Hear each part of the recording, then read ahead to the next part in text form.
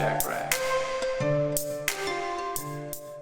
I moved in with my now ex-husband when we were 18. It's always very nice, very, very helpful, very sweet. That attitude started to decline over the years. It only took about 2 years for him to start becoming more negative and belittling me, and eventually it turned into him just being upset with me in the mornings, yelling at me. I remember several instances where I got up and I got our daughter ready for school and got her breakfast, and I got ready for work, and he would sleep and didn't really contribute.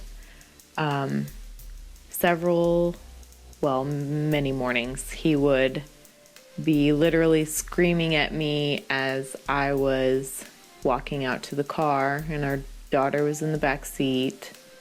Not a good way to start your day. But I would come home from work and, talk to him about it, and he would, apologize and just say that he was tired and he had been working a lot, and apologize profusely, but apologies don't really matter if the same behavior persists. It would happen the next morning, and I would come home again, he would apologize, and it would happen the next morning. And then over time, it became, just seeped into our entire day. If he was home, he was screaming at me, he was yelling, kicking or hitting our animals, slamming drawers, punching holes, throwing things. They apologize. They say they're sorry. They say they love you. And they're going to try to work on it. I don't know why I did that. I don't know why I, just put up with it. There was one time where we were out at a bar and we had just gotten a new car, and I'd had a few drinks and he did not want me to drive home. And I said I was fine. This coming from a guy with 2 DWIs. I didn't take his judgment very well on the matter. It was about 2:15 in the morning. My phone was dead and parking lot's empty. Nobody else is around. And he took my keys, so I would have been fine to sleep in my car. Not a big deal. But he took my keys, so I couldn't get into my car, and I couldn't charge my phone. I was literally left there, no car, no phone, no way to call anybody or communicate. Waited around in an empty parking lot by myself at about 2:33 in the morning for, 30 minutes. This is after he was trying to keep me from getting in the car.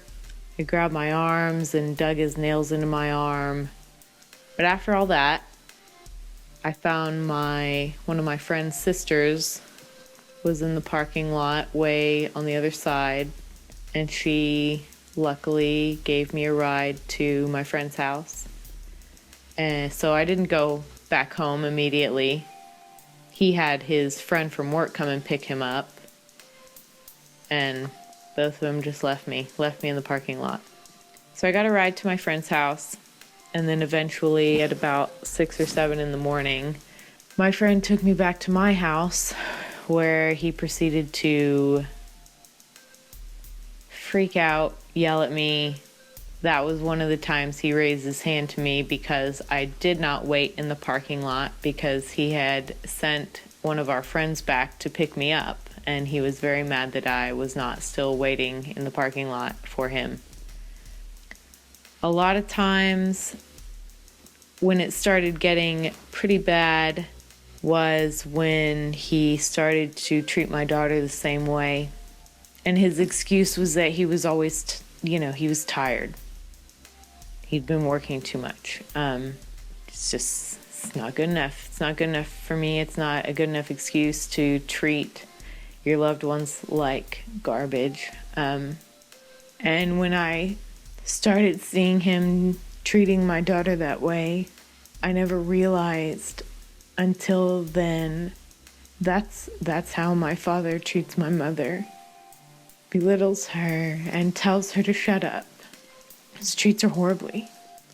And it's changed her. She's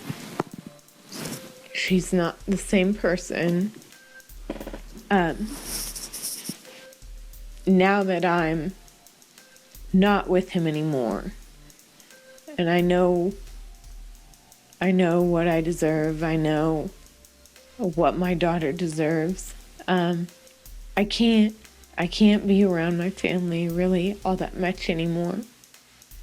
And I can't allow my daughter to be around them very much. It just kind of brings me back, and I can't be around it. It stresses me out. And it just makes you kind of want to break down and cry. But now that I'm divorced, I'm in a much better place. He actually, my ex-husband, is in a better place, as far as I know. He seems to have a better temperament. He started being a better father to our daughter again. So I guess ultimately it's a good thing. Put me where I'm at now. And it allowed him to become the father he once was. I guess we're all better for it.